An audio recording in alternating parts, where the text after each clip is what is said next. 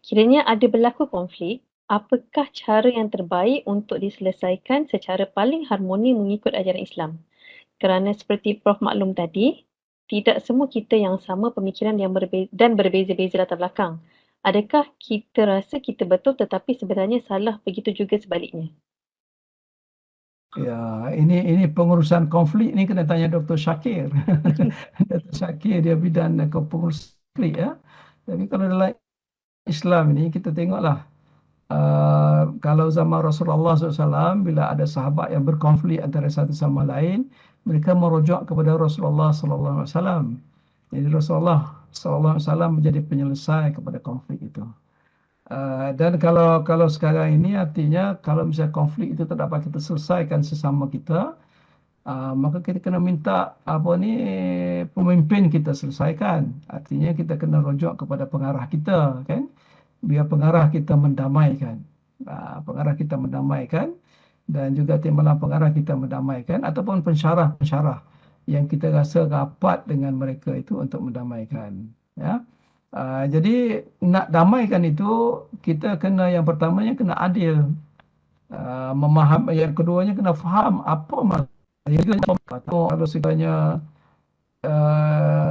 kita berkonflik, kalau sekiranya tak boleh elakkan, biar hasilnya itu berbaloi.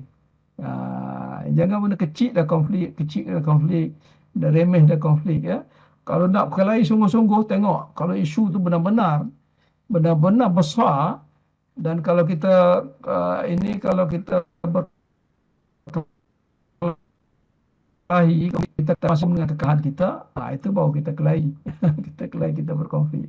Tapi kalau benda yang kecil-kecil itu ya setakat dia kata uh, hal-hal pribadi kita tu, itu kita lupakan saja ya. Jadi artinya sekarang ini bila berkonflik, bukan tak ada dalam kalangan kita ni ada konflik, ada. Jadi kita kena menjadi pendamai. Kita menjadi pendamai, misalnya contoh, kita pergi ke A, kita sebutkan perkara-perkara yang baik yang B, musuh dia tu cakap.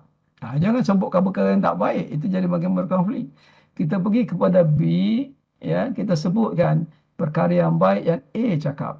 Walaupun A kadang-kadang tak cakap, tapi bohong sikit boleh kot. Tak tahulah, tanya ustaz kita kan. Supaya dengan niat untuk mendamaikan mereka. Persoalan sekarang ni konflik itu menjadi tegang apabila kita dengan A kita cakap apa yang B cakap yang tak betul ataupun yang jahat kepada A, dan begitulah sebaliknya.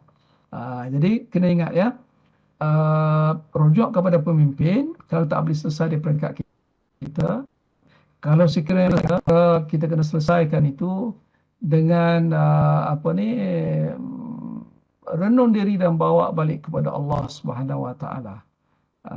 Untuk berdamai, dan kita kena cek isu yang kita berkongsi ini besar mana ya. Kalau contoh misalnya inilah sekarang ni siapa yang kuat dalam politik, kita nak bertanding, nak lawan orang yang kuat ini, orang kuat pengaruh, tiba-tiba kita kalah. Tapi orang kata tak apa, dia kalah sebab dia lawan orang yang kuat. Tapi kalau kita menang, maka orang akan kagum dia dapat mengalahkan orang yang nak kita isu kena selektif. Saya pernah pada satu ketika adalah kawan pensyarah yang kata kat saya macam-macam. So saya jumpa dekan, saya beritahu dekan saya nak ambil tindakan kepada mereka, kepada beliau ini. Tapi dekan tu gelak aja. Dekan saya pada ketika itu dia gelak, dia kata, Syukri, Han nak kelahi dengan aku. So lebih baik Han maafkan, buat baik dengan dia, dan selalu jadi gitulah jawapannya ya. Begitulah jawapannya. Yang pertamanya, kita dari perangkat kita sendiri kalau berkonflik, kita kena tengok besar mana konflik itu. Kalau kita patut berkelahi, choose your fight. Maknanya kena pilih patut berkelahi, berbaloi untuk berkelahi ataupun tidak. Misalnya contoh tadi, saya jumpa dengan Naib Chancellor sebab kita tidak dilayan dengan adil. Pada kita itu kita telah serah diri kepada Allah Subhanahu Wa Taala, apa berlaku pun tak apa dah. Dan kalau kita kalah pun kita rasa berbaloi kerana kita nak tegakkan keadilan. Tapi alhamdulillah dengan izin Allah Subhanahu Wa Taala, Allah bawa kita ke depan lagi ya, maju ke depan lagi. Jadi yang pertama nak kena identify konflik itu besar. Yang kedua, kalau tak boleh selesaikan, kalau kita rasa konflik itu memang besar, kita kena jumpa pemimpin kita dan minta nasihat dan minta pemimpin kita damaikan. Pemimpin kita itu ialah pengarah, timbalan pengarah dan juga pensyarah-pensyarah kita. Tengok mana yang sesuai dengan kita. Sebab kadang-kadang ada orang yang serasi untuk bercerita kepada Dr. Azrin. Dan ada orang yang serasi untuk cerita kepada Dr. Wan. Dia rasa at home, dia rasa selesa kan.